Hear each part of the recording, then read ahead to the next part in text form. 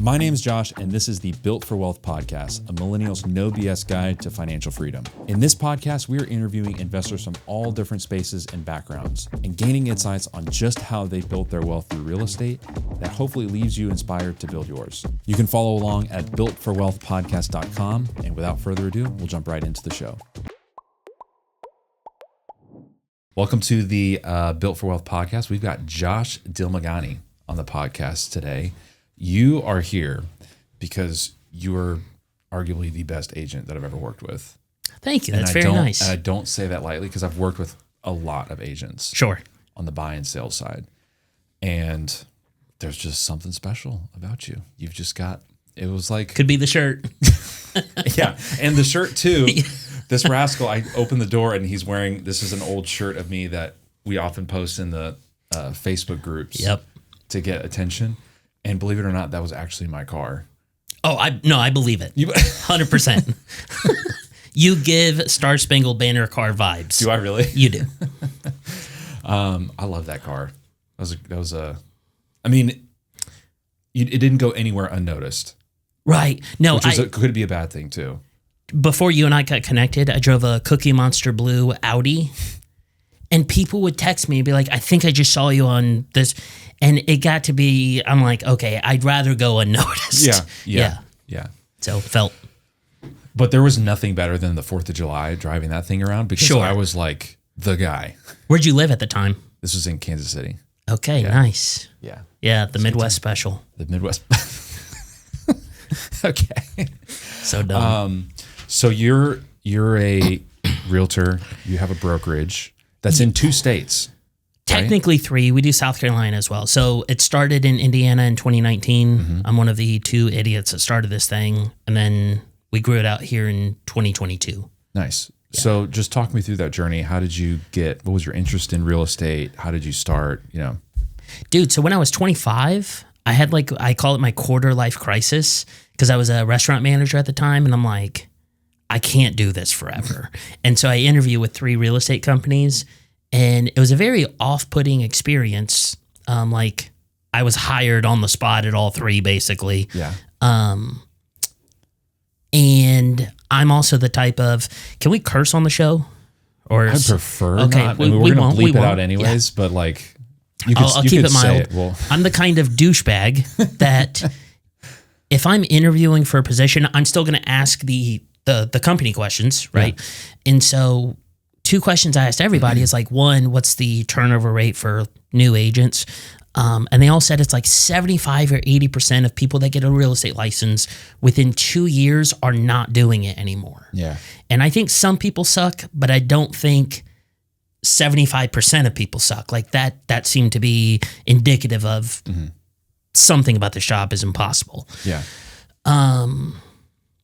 And keep in mind, it was central Indiana, which is cheaper than Charlotte. I would ask, what's the average take-home pay for a full-time agent? And all 3 of them were 50, 55 grand. And I'm like, I make close to that slinging barbecue right now. So it didn't justify the risk that I perceived it to be. Yeah. So I didn't do it. Yeah. Few years later, I ended up working at a co-working space, if you're familiar with Regis. Mm-hmm. And so I managed a suite that they had in Indianapolis. And one of my tenants was a criminal defense attorney that had his real estate license for years, never sold a house, never tried to, but he had the idea for, I'd say, most of what our business model now is. Yeah. And he was just waiting to find the right person or people to start it. Yeah. And so this is, to keep the timeline, October 2018, he pitched the White Stag Realty idea to me. And our agreement, he was kind of my sugar daddy. He put up all the money to start the thing. And then I did a lot of the operations, boots on the ground stuff. Yeah. And we started in January of 2019. Nice. Also, speaking of which, with no previous real estate sales between either of us. Wow. So you're just winning cold. Sure. So Indiana's law at the time, which just changed a couple months ago, was you have to have a real estate license active for 2 years before you can either run someone else's office or start your own. There's no threshold for production, which blows my mind. You could just hang your license with somebody who has 0 experience and then start a brokerage. And the only thing that changed is now you can do that, but you have to have it for 3 years. So yeah, two people that never sold a house. Yeah. That'll fix it. Sure. Okay, so it's 2019. Yep. You started this thing, no deals, no transactions, no experience, nothing. You're as green as it gets. Sure. You should have called it Green Stag. We did, so many names were taken, or these people bought up company names years ago. Oh, yeah, just sitting on it. Yeah, so it took us like a month to come up with White Stag, and it was largely, I was like, Jeff, just pick a color and an animal, and let's move on. So that's... Nice. Yeah. So what happened next? Year one, I was the only active agent. I sold 10 homes for $2.4 million, and I thought I was hot. And then year two, we started adding people. So year two, we ended with 5 or 6 agents. I think we sold like 45 homes. And then from there, it's grown. Every year, it's grown significantly, except for 1 year. We had no growth year over year. Yeah. What was the challenge with adding team members? Because you said that you were feeling good about yourself, and then that changed. What changed? It speeds up the rate at which I had to learn, right? Because if I'm only learning based on the experiences coming across my plate, well, in a given year, that could be, 15 or 20 things total, right? Which is a killer real estate year for realtors. But like having 45 deals in a year, or the next year we sold 103 houses, and just the rate at which issues come in was astronomical. Yeah. Keyword is issues. Yeah, sure. And it's everything from like, we had a deal die because we had sellers that had a horse barn, but they had kept goats in the barn, and the goat feces can have a disease that if horses ingest, it can mess up the horse. And you're like, where was this in real estate school? Right. So, wow. A lot of babysitting. Sure. Now, the benefit though, on the flip side of that is like we typically charge less than most of our competitors. And so we target volume, and through volume, your agents, 2 things I've seen happen. 1, the agents gain experience a lot quicker, right? If I'm selling 5 or 6 homes a year, and let's pretend at 25 sales, I'm very proficient at my job, that will take 5 or 6 years, right? Versus if you're selling 15 or 20 houses a year, you'll be there in a year and a half. Yeah. Right. And so they gain experience quicker, and the turnover rate we've had is much less than that 75 or 80% figure. And so I have agents that have been with us for years that have such a good grasp on their job, they don't need babysitting anymore. Yeah, that's great. It's awesome. Is that the competitive advantage that you're trying to bring to the market with you and your original business partner? I think, yeah. We also we don't invest a lot in things that we think don't make an impact in operations. So we don't have a bunch of physical office spaces. We don't have administrative staff. It's every agent individually is tasked with doing the full component of their job. So they're doing transaction coordination and everything. Sure. You're not outsourcing any of that. No, each agent can individually, but once they know what they're doing, they're like, why would I pay someone else to do this? Yeah, right. Yeah. It's just a couple extra steps. Sure. Yeah. Okay. So things have grown. What was the year that you guys had like the flat growth? 2022 to 2023, both years we sold 150 houses. Okay. Yeah, it was, and I attribute that's partially 2022 was the year rates started going up in the post-COVID landscape, and then also I moved here I moved to Charlotte in December of 2021. There was a little more red tape than I anticipated in getting the Charlotte office up and running. So I didn't actually open here till May of 2022. Nice. So about 5 months. Yeah. Bed, pooping the bed, so to speak. Okay. I curse a lot. My bad. What brought you to Charlotte? I think 30 something winters in a row will do that.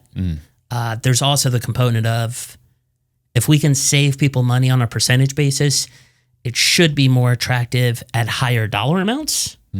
And yeah, obviously I could have moved to San Diego where the average home's like $1 million, but yeah, combining personal and professional goals. Nice. Yeah. Good deal. Most of the people that come on here have some investment experience, but you kind of slid in because you're a business owner, right? You sure. have, how many agents do you guys have on your roster? Close to 20. Yeah. I mean, that's a lot of people to manage, right? Yeah. I think I'm capped out. I'm like, unless someone remarkable came to us, I don't think I'm hiring. Really? Yeah. So you're okay with at the pace where you guys are at now? We can still grow. So the other thing I do is I refer business out to other firms sometimes, like the stuff that we maybe don't want to do. I can refer to another firm. Generally, real estate and all this is negotiable, but it's pretty common practice that the referral fee could be 25 or 30%. If that's what I'm capturing off an agent anyway, yeah, I'd almost rather another firm do the business. Right. I take no risk and I get my cut. Right. So we can still grow without growing roster, I think. Yeah. Is there any type of real estate that you prefer over others, or are you just open to anything? Me personally, or for the company? Personally. I want in Charlotte $300,000 to $800,000. I do not like seven figures. Residential only. So kind of like average or above average pricing without being luxury. Residential only. Nice. Okay. Your content on Facebook is great. Like Thanks. your analysis of market trends, what you're seeing. And I think part of that comes from the fact that you have 20 agents Sure. that you're responsible for. And so you're seeing that 100 to 150 transactions a year. Like there's a lot of moving pieces. And so you see a lot of what's happening with like boots on the grounds, and for lack of better terms. What are some of the things you're seeing right now? Loaded question. I personally think in a lot of areas, the market is pooping the bed. Okay. I think property values could be down as much as like 10%, 12% by end of year.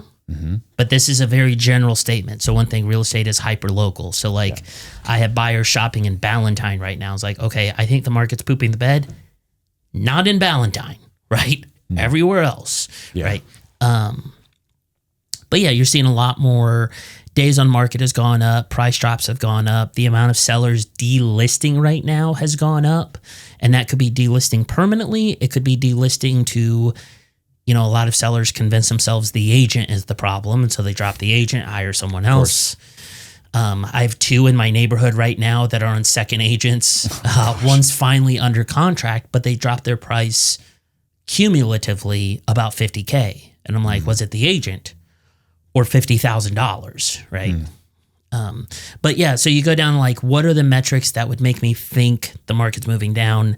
And it's like days on market, price drops, sale price versus original list price. And I think original is key there because sometimes people will be like, we sold for full list. And it's like, well, you were on the market for 2 months. You started at a higher price. You did get full price on the lower price, but I would argue that's not full price. Right. Full price is where you started. Right. Interesting. Yeah. Do you think that price drops is something that you're just seeing across the board everywhere? So many. And I think like the one market condition we have right now that now keep in mind, I've been doing this for 6.5 years. So I do have some limited perspective. Like this is my first market turn, right? But the one thing I've gathered is it seems to be the one market condition that exists right now that hasn't happened before is people having this much equity, right? And the reason that's significant is I've had a number of times over the last year and a half where I'm selling a house, a comp pops up and I'm like, hey, this one is really similar to us to the point that I think a buyer interest in this area, it's between us or them. We got to watch this one. And then that one will drop price and we'll drop price and then they'll drop price. And the reason these price drops are happening is because we both have $300,000 to play with and we're just trying to figure out where's it going to hit. Yeah. I have a closing tomorrow, for example, that I can't disclose final terms yet, but at one point, our number one competitor on the market went under contract higher than we were currently listed. And my seller's like, WTF, because we can't curse. And I was like, guys, keep in mind, we don't know what it sold for. We know it accepted an offer, and it may not sell.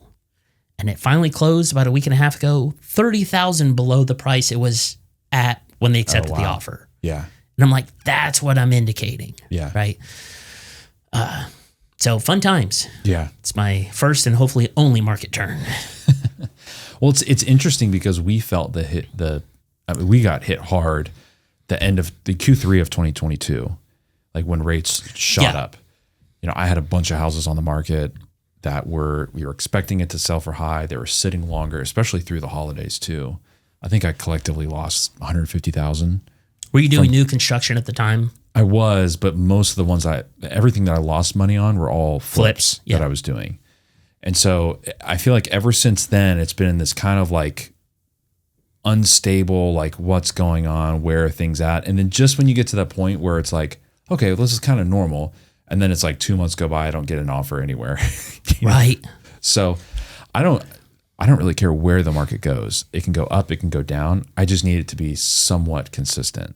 Like, give me somewhat of a baseline for me to work off of. I think, dude, I could be wrong about everything, but I think consistency is the toughest thing to expect from the market, maybe ever again. And I say that because now we live in this world where your phone is constantly listening to you and pumping stuff into your algorithm, and you have emotional reactions to it. And so one thing I've told the team this year is like, to an extent, thank God we have cell phones, because we're telling our clients, hey, the market's bad. It's not you. It's not your house. It's the market. Yeah. And then those sellers are laying in bed at night scrolling through their feed, and they're seeing the articles that are being pumped to them about, like, confirming what we said. Yeah. Yeah. But to your point of you want consistency in the market, I think we're going to see ping pong for some time. And it's just the emotional knee-jerk reactions of both sides of the transaction, sellers and buyers. Yeah. Rates will go down. They'll hit a threshold where buyers flood the market, and then buyers not wanting to compete will get freaked out and they'll withdraw from the market. And investors will buy up rentals because now those buyers are becoming renters, and then no one's going to be renting anymore. And then investors will try to sell their rentals that they didn't maintain over the last 5 years. And it's back and forth. Yeah. Yeah. I mean, the back and forth is good. That's probably a healthy market, is some fluctuation. I just don't want it to be like, where are we going with this? What's going on? Like, that's the uncertainty that I don't want. Yeah. But I don't have control over that. Also, on this topic, I embrace, to some extent, uncertainty. I think I have perceived the people who think they're certain about things. Those are the ones that I'm like, probably not the most mentally healthy individuals. They may have the worst time in any market condition because they're, I talked to a mortgage lender that wants to sell his personal residence recently. He's like, well, rates are going down next month. And I'm like, bro, if you've been a lender for 10 plus years and you still think you know what rates are definitively going to do, that's crazy. Yeah. Right? You have to embrace uncertainty. Yeah, of course. That's good. That's a good takeaway from this. Okay. Take me back to your first few deals that you did. From that point until doing like 150 a year, team of 20, what were some limiting beliefs that held you back in the beginning? To clarify, now we're at 250 a year, team of 20. 250. Okay. Holy cow. Yeah, it was a big. The 150 was like the 1 year we didn't grow. Yeah. Last year we did 235. This year we're trending 260-ish. Nice. Yeah. That's really good. So what was your question? What were some limiting beliefs that held you back in the beginning? Man. Gosh, I am always open to the fact that I don't know anything. And of the things I do know, I only know them right now, and they could change in a moment. I don't think I had a lot of limitations in the beginning other than just technical expertise, right? I did my first listing contract in Indiana on an unimproved property listing contract. No one caught it, myself included, but I technically sold vacant land that just happened to have a house on it. Whatever, right? Or, okay, one thing that limited me is I would get unnecessarily combative sometimes. And maybe that's from like an inferiority complex of like, I don't know shit. I don't know poop. Okay. All right, the camera look-offs. Don't worry about it. We'll bleep it. But like, for example, one time I was selling a house and it had some root intrusions in the sewer scope. And this is like my first time even realizing there are sewer lines underground. And the seller had it, or the buyer had it scoped. The seller had another company come out, and the other company said the sewer's fine. And so the buyer wanted to bring another sewer company out. And then the buyer's agent let me know she's going to attend this sewer scope. And I'm like, the heck you are. I don't know. Why was I being so combative about this? I truly don't know. And she was like, well, wouldn't you want to be there for your client? And I'm like, oh yeah, maybe I should be there too. You know, but I was very I feel like when you don't know what you're doing, you internally are a little nervous and maybe you're a little quicker to be combative. Yes. And that was my 2019 campaign. Yeah. Well, that's good. Being humble about your position that you're in, and sure, it's stuff that you always hear, like, you know, you have two ears and one mouth for a reason, right? Yeah, so right. You should be listening more than you speak. And part of it too is a lot of these other agents, they've been in it for a while, and there's always something to learn from somebody, except for the agents that are the worst. But that's actually most of them, right? Like, that's the other thing here is being a realtor is a naturally very self-aggrandizing position. And so when you have, like in central Indiana, when I got licensed, there were about 6,000 realtors in that market. When you have 6,000 people that are pretending to be an expert, you don't feel the doors even open a little bit for you to admit that you don't know something. Yeah, you right? can't. Sure, yeah. I mean, it's a total conflict of interest for you to be like, I have no idea what I'm doing. Yeah, and I would be like, and they don't either, but sure. Yeah. That's awesome. Fun times. So with like the growing of the team and with all the challenges, the things that come at you, what are some things that help you stay disciplined and stay on the course? Dude, you asked this question to a lot of people. Yeah. And I've been wondering for days what my answer would be. I would say I really take it to heart when I add a team member that I'm going to do what I can to make this work for them as long as they want it to work. You know, I also tell them this might not be for you long term. And if that's where you land, I'm good with it. But until you land there, I'm going to do what I can to help out. And so it's kind of like having kids, right? Like the more children you have, sure, there are times you'd probably not want to do X. You don't want to wake up early and go at the pumpkin patch with the kids necessarily because you had a long week, but you've eliminated the option. Yeah. Right. I took on 20-ish people and I have eliminated the option to not do what I can to make this work. It's a forcing function for you to be better. I hire people so that it can't be a skis and back out of it, right? If it was just me still, I'd be mixing paint at Lowe's, right? Was that an old job? No, that's the dream. No, I'm just kidding. That's my fallback on like if real estate doesn't work out, that's next. Yeah. Or driving the cart at Top Golf to pick up the balls. That would be a fun one. Sure. Yeah. All right, I have some questions. Okay. These are selfish questions, but I think the audience will get a lot out of it because if anybody has houses that they're selling, this is going to affect you. Number one, what separates great agents from the rest? So I think I would have two answers. The first, it's kind of intangible and unquantifiable, but intelligence level, because a lot of people fail into real estate. Like no one's ever like, you know, I finished med school, I figured I'd apply myself more and I got my real estate license. Or like, you know, my engineering job is going great. So our profession is full of people that it didn't work out. Whatever was before this. Yeah. Right. I mean, truthfully, myself included. I'm not like I got fired from my last day job. Right. Hold on. How did that happen? Oh, dude, Regis. Like in retrospect, I should have known this was a rule. But when I started a real estate company with one of the Regis tenants, I was very open about it. And I like told my boss, like Jeff and I are starting a real estate company, and she'd be like, cool. And then one day I come in and it's a Friday. I have on my calendar for 4:30 HR phone call. And I look at my one employee. I was like, I think I'm getting fired today. And so I spent like all day just showing her where the keys were to stuff. And yeah. And then they were like, you can quit real estate and do this, or you can quit us and do real estate. And called my wife and got her blessing. You made the right choice.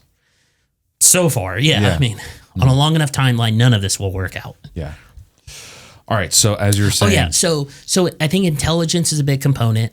But again, how do you prove it, right? And then 2, I think the ability to get reps, right? Like there are realtors out there that I think would be very good at their jobs if they could just get business. I have 3 agents that I'm thinking of right now that when they joined us had sold 1 or 2 houses. Yeah. Ever. That now have sold, 60 plus. They're phenomenal. I think they were phenomenal at 1 or 2 houses. Yeah. They just weren't getting business. Yeah. Because, you run the numbers and you're like, there's 10,000 plus realtors now in Charlotte. If there's 3,000 or 3,500 homes that sell in each month, and every house had a listing agent and a buyer's agent, there are thousands of realtors doing nothing. Mm-hmm. Do I think they all suck? No. So it's almost like you don't like sports at all, do you? I love sports. Okay, that was a lie.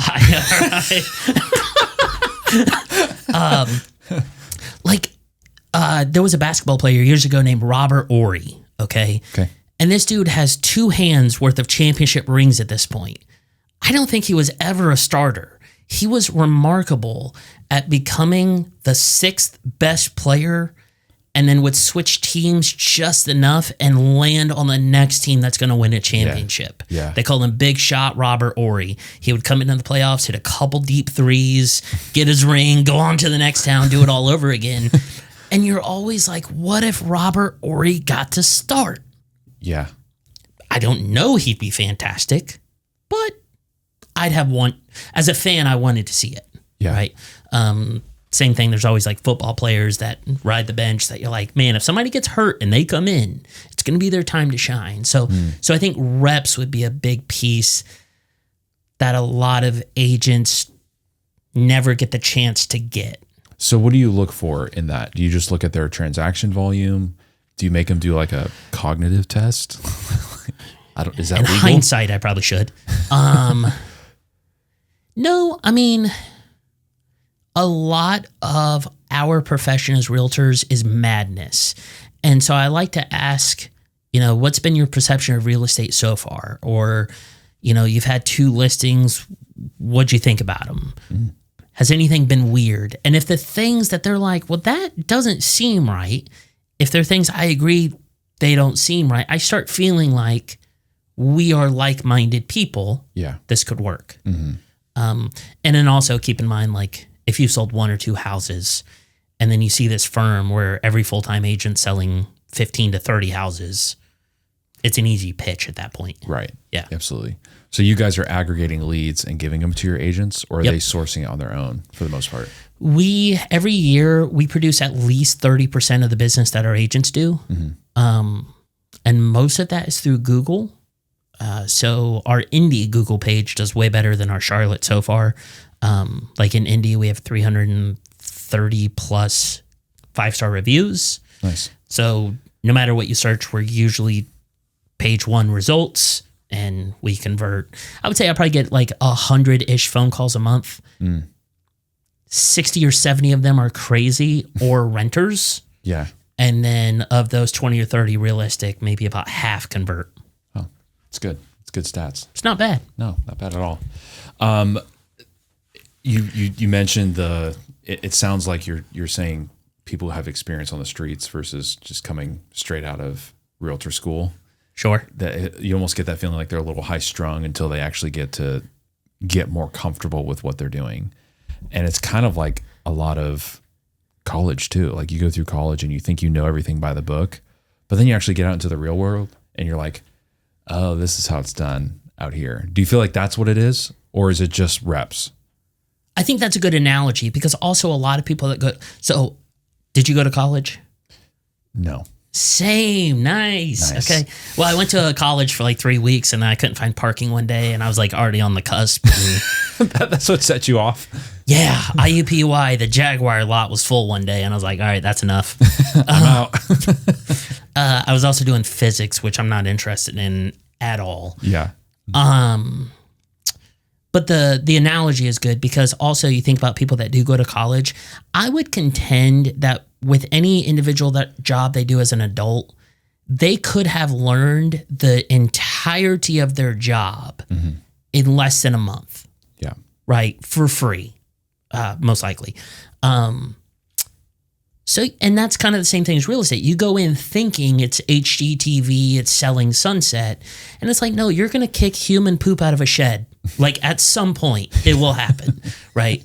And that watching as many agents as I've watched over the years come down from those like sky high expectations to like, hey, this job is not what I thought. It's still great, but it's not that. Yeah. Has been cool. Yeah. That's awesome. And I imagine college kids do the same thing where they're like, oh, that's what an environmental engineer does or whatever. Well, I say that college, like I went to trade school to be a firefighter. So I went to mentioned that. A college for that. And I remember coming out of the fire academy being like, all right, I got this. And then you get into the actual stuff on the job and you're like, oh, this is how it's done. Right. A bunch of cowboys out here. Man, the book says not to do that. Did you ever have to like cut someone out of a car or something? All the time. Whoa, okay. Oh yeah. I've got some stories. Okay. I'll tell you, they're a little gruesome. Nice. Not for the podcast though. Yeah. Yeah. Okay. Second question. Okay. What's your wildest transaction story? So little off topic for a moment. Like one of my goals is whenever I stop doing this, I do want to publish a book. And so far I've landed on the title Mine Comps. Okay. And it will be just a realtor's manifesto. Okay.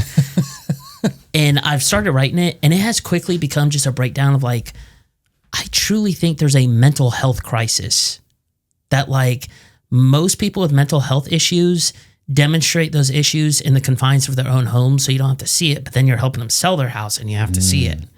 And so I would say like, I'll give you a couple quick stories. We've dealt with a lot of mania. And so now I'm not qualified to diagnose anyone, but it's mania. Yeah. My wife was a realtor for us for a year. And one time she's selling this house and the lady was completely manic and would email my wife obsessively. Just every whimsical thought that came to her brain. And at one point I looked at the timestamps and in a 2-day period, I'm like, the longest this lady slept was 45.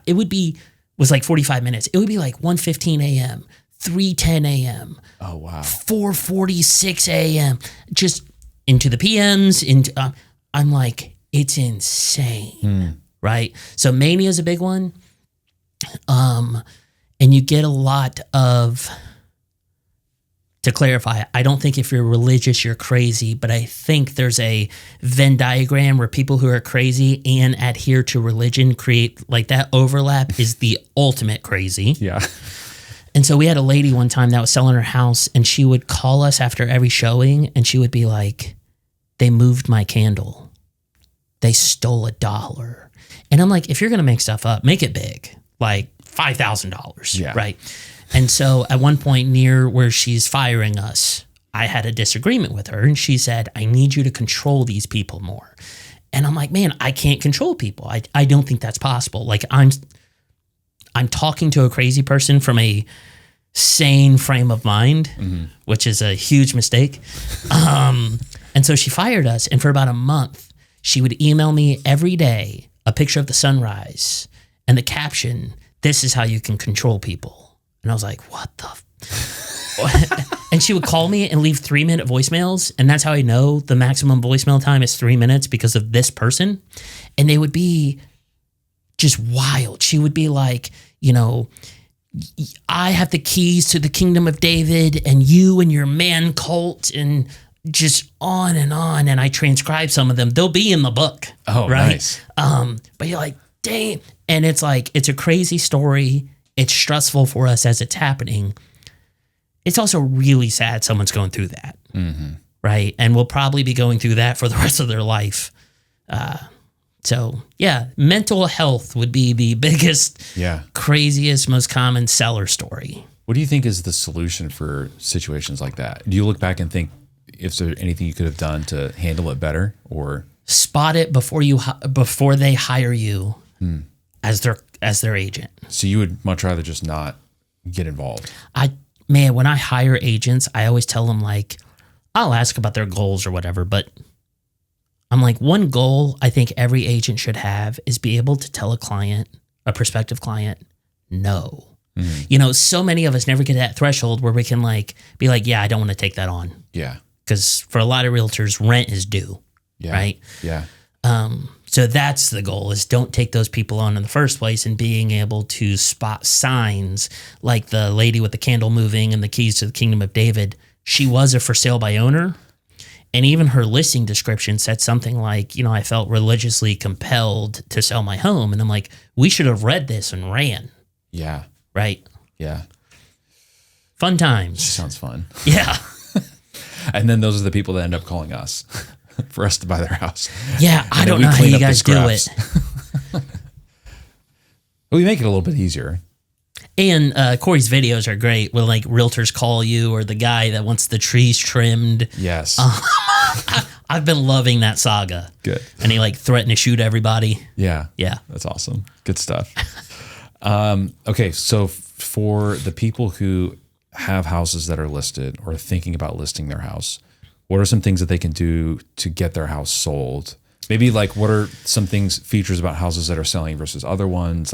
Sure. What are you seeing there? And I'm glad you clarified, because I don't think there's anything you can do to force your home to be sold. But one thing that does help is if so many sellers right now don't understand you are competing with new construction, right? All these tract home builders are offering $20,000, $30,000 worth of financing concessions or rate buy downs. And that is tough for a buyer to ignore. So if you have features in your house that builders won't do, that is the only leg up you can currently have, in my opinion. Yeah.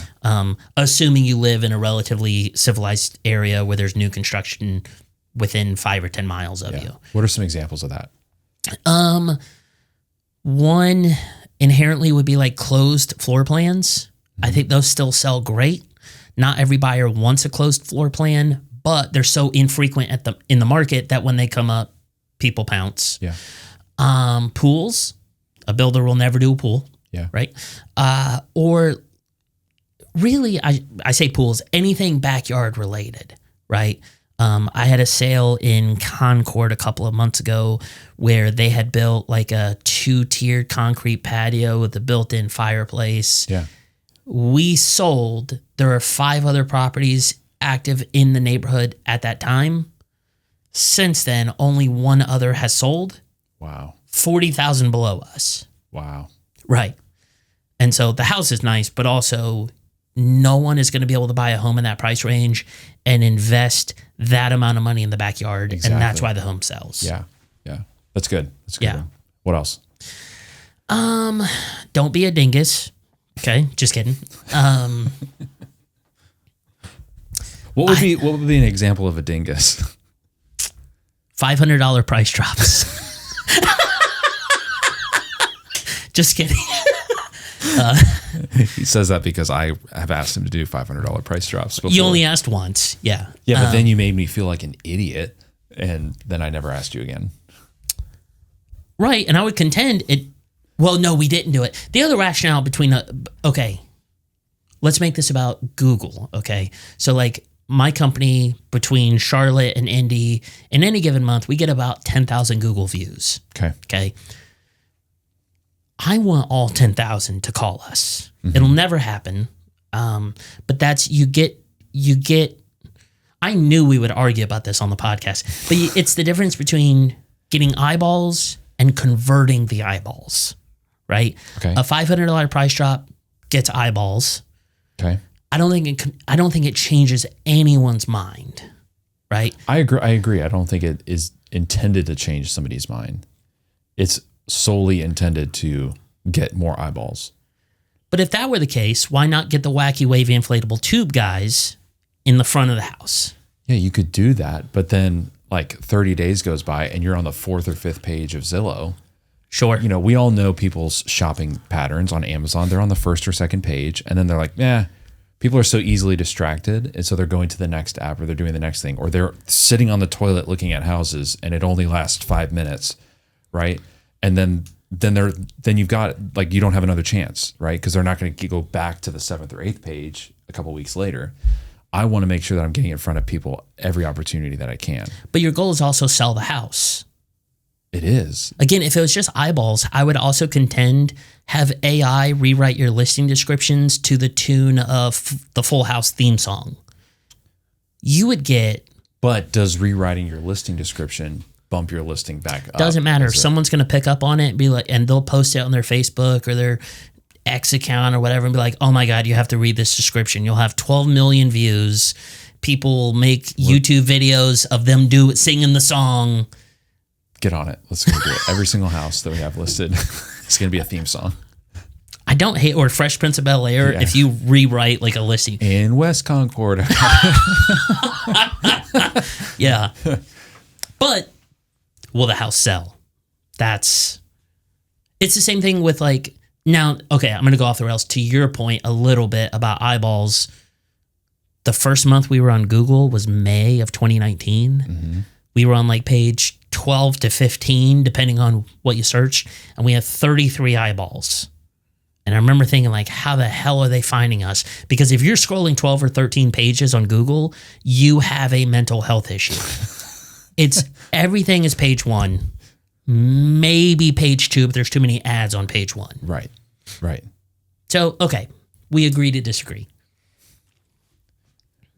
How can we test it? Dude, I've done $100 price drops. Because the one reason, like, I usually personally don't work with a lot of investors anymore because they can be a tough breed of human to work with. But you were receptive to my feedback. Not to say I was definitively right, but I was like, bro, if you're thinking about dropping the price $500, just leave it.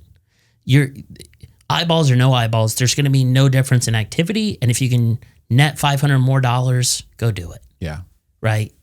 And you didn't dramatically push back on that.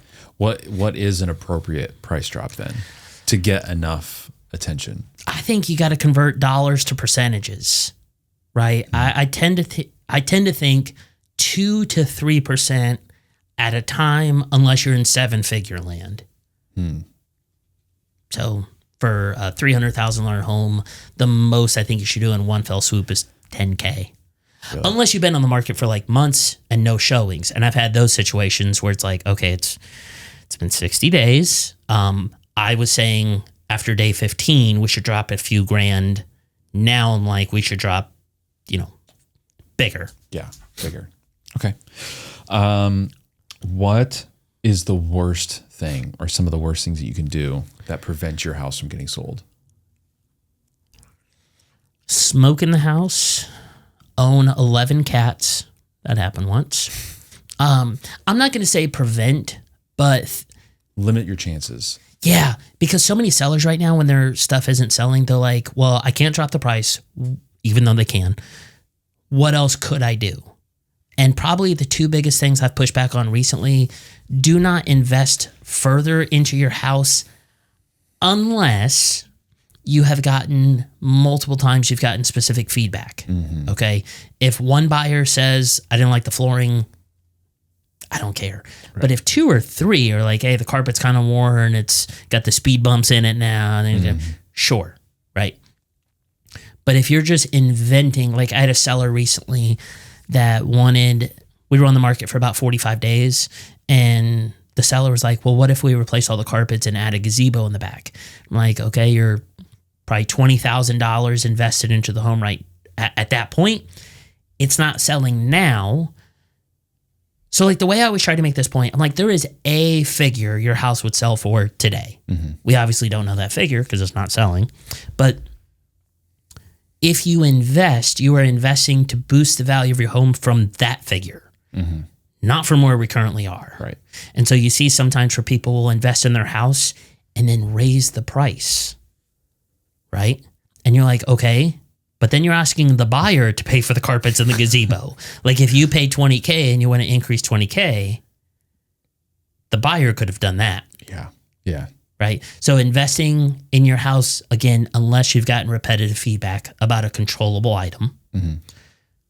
And seller concessions, the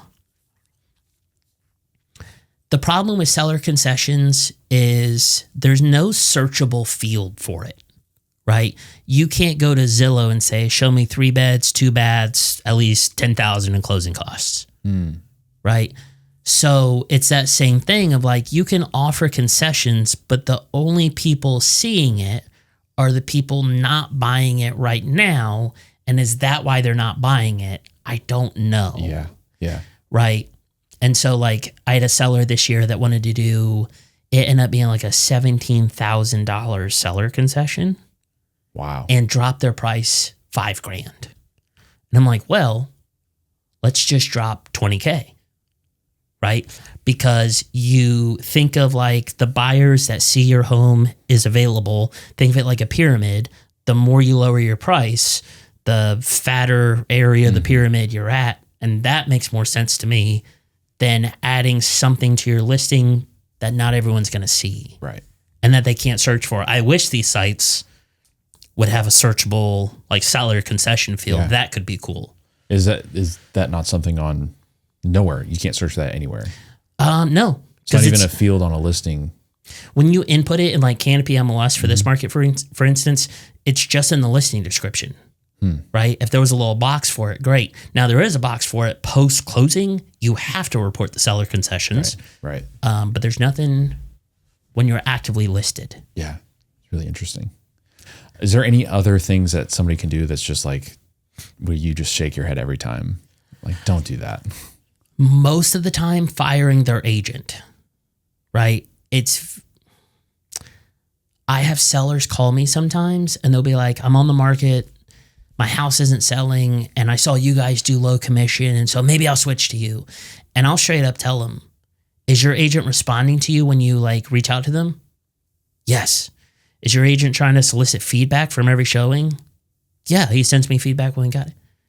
You have a gem. Keep him. Yeah. Right? Like that is not the issue. Yeah. But a lot of people are more inclined to think it's the agent rather than interest rates or inventory levels, or like the other big thing is I feel like rent is decreasing in a lot of areas to such an extent that when you compare for a like kind home, if I rent versus like my monthly rental payment versus my monthly mortgage, I mean, in some areas, buyers could save $10,000 a year by renting. That's just like costs. Sure. That's not even maintenance. Yeah. Mowing the grass and that kind of stuff. Yep. Yeah.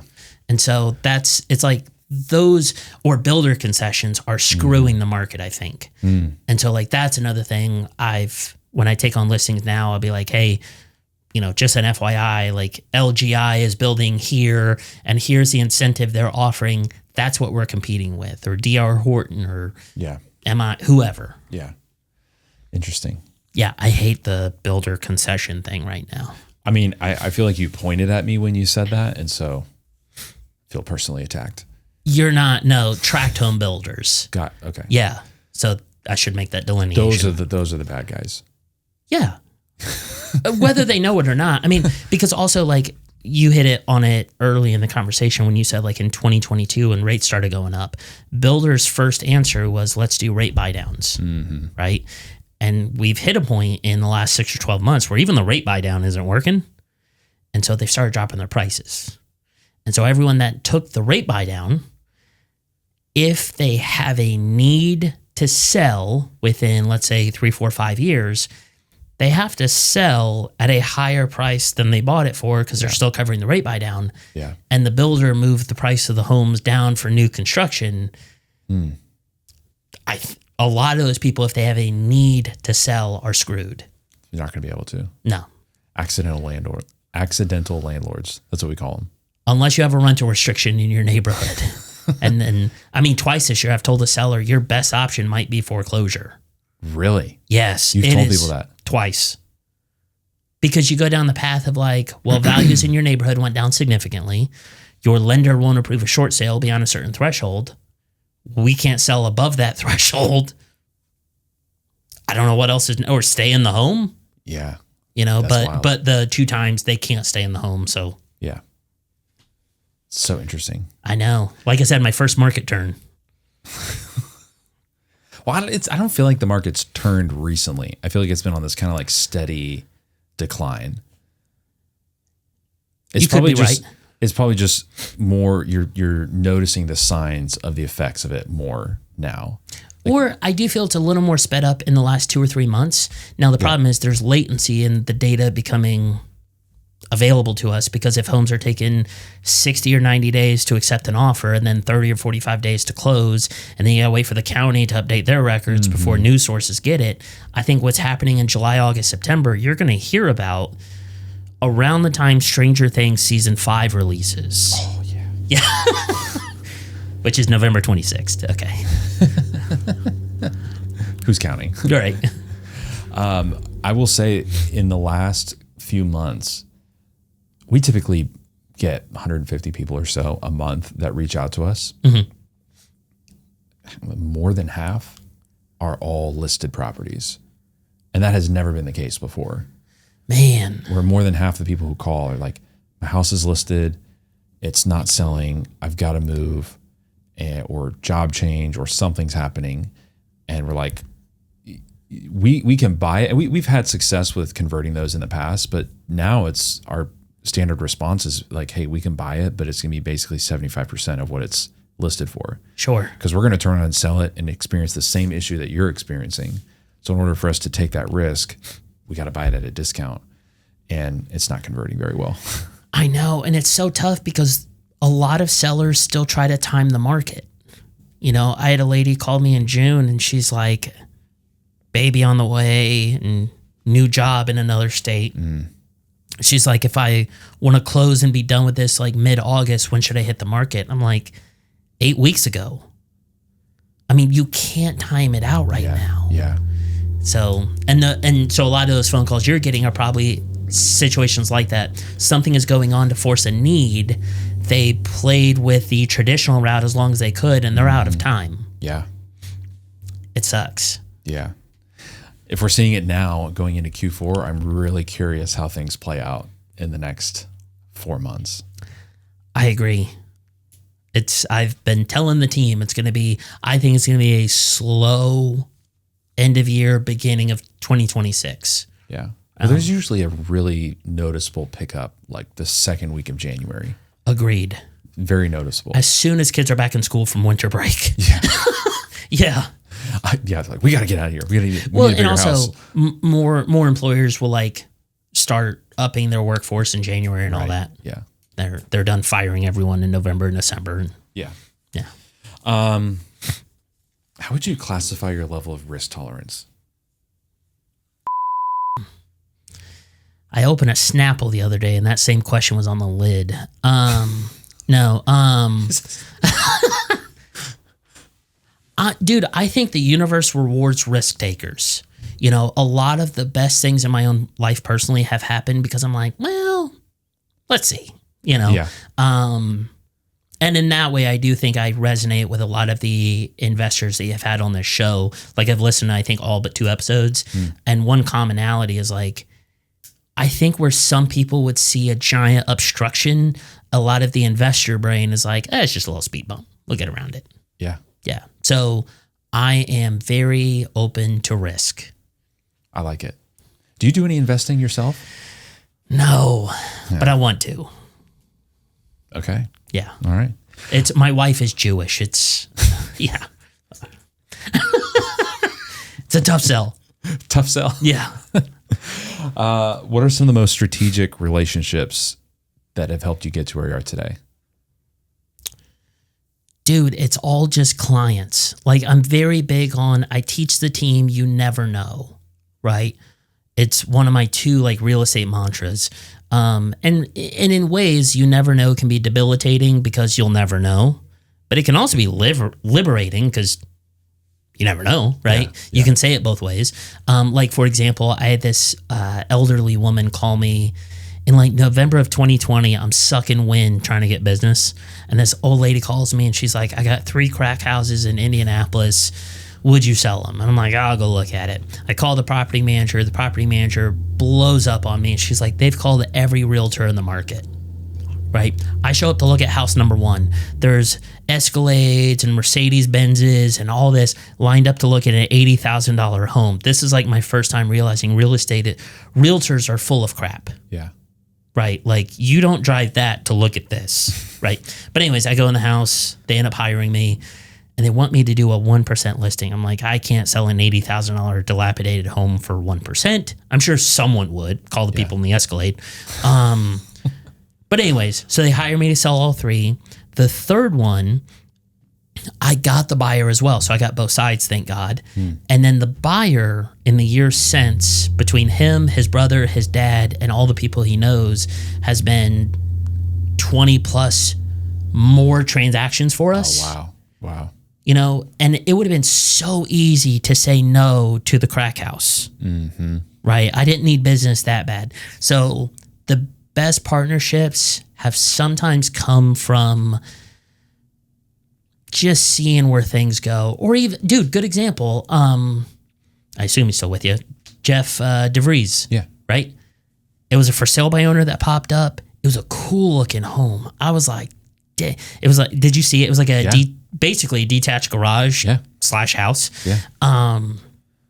I called them. They were both previous real estate licensees. They hired me. It was great. They introduced me to you. I'm here now. And like, you know, I could have not called the for sale by owner. Yeah. That's wild. Yeah. So I'll take on whatever, I guess. And more things pan out positively than getting the 3-minute voicemails about the keys to the kingdom of David and all that bull crap. So I'm big on ratios. The ratio is good when you take things on. Yeah, it's balanced. Like, you know, think of it like a barbell. Like, those people take up a lot of weight over here, but if it's evened out and you're not disproportionate and it's all crazies. Right. And you've got some people, you know, then you can balance a little bit easier. That's a good analogy. What else you got? That's the best I got today. Okay. All right. So thinking back where you started, you've had a pretty successful career so far. How has real estate changed your life? Ah, man. I honestly do. Okay, so my son was less than 1 year old when we started this. And so it's really tough to say, but the one thing, like how things have changed, because the one thing I keep telling my wife recently is like, I do not know how we would do this if we had regular employment and the income that we once had. We would be struggling, right? With one child, right? So I think the financial freedom, everyone says in real estate, you can be your own boss, make your own schedule. There's an asterisk on both of these things. And then for me, just literally as an individual, I'm going to go way off the rails for a moment. Go for it. So like in high school, we moved to Milwaukee and I just had a summer off. And so I go to the guidance counselor to sign up for my classes. And she's like, what kind of math have you done? And I'm like, I don't know. Right. And I think she thought I was an idiot. So she signed me up for remedial math. So I'm in this room with people literally drooling on themselves. And it was like the best 110% A+ I ever got in my life. I stuck with the class the whole year. And that kind of started this thing of like, then when I was 16, I got a job at Arby's and I became one of the best Arby's managers in the district. And Arby's in Indianapolis is a big deal. Here, it's like a ghost town. I've never seen more than 3 customers in an Arby's. But in Indy, do you like the Jamocha shake? It's an acquired taste, and I'm not there yet.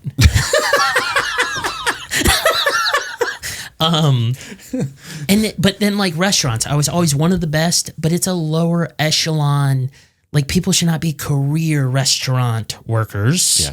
And I worked at a JW Marriott. I was one of the best of like one of the entry level. And it was just this like life experience of being one of the best of what I perceived to not be a top tier thing. Mm-hmm. And so in real estate, the thing I like the most for me personally is, dude, I don't say this to be pedantic. I know everyone that has success is like, oh, I failed along the way. But like, I have failed. I've had clients fire me. I have fired clients. I've yelled at people. I've kicked human poop out of a shed. I've had people say some of the meanest stuff to me. And I'm like, dang. But it has taught me to deal with failure at a rate that I've never.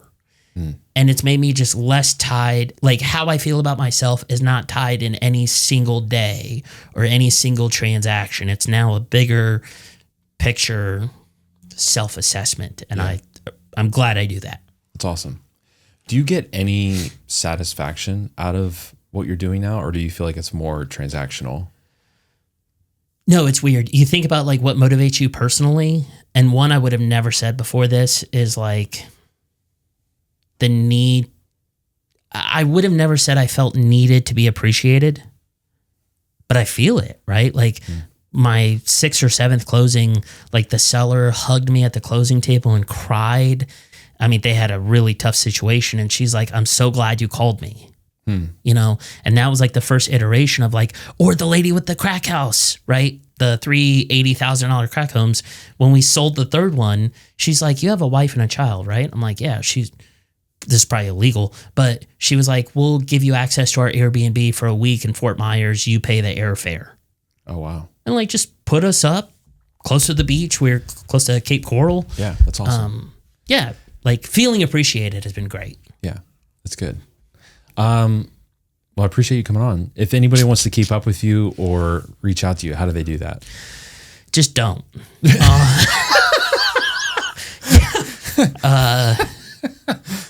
I won't plug anything.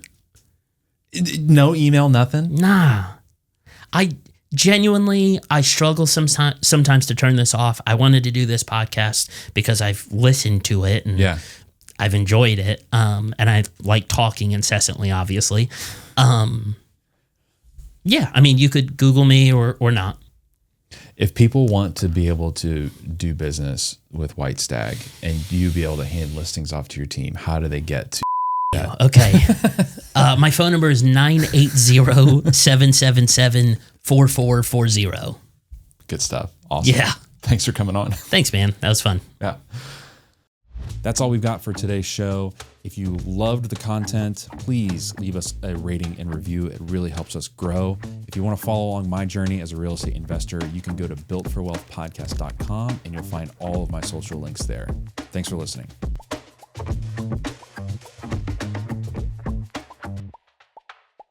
Nailed it.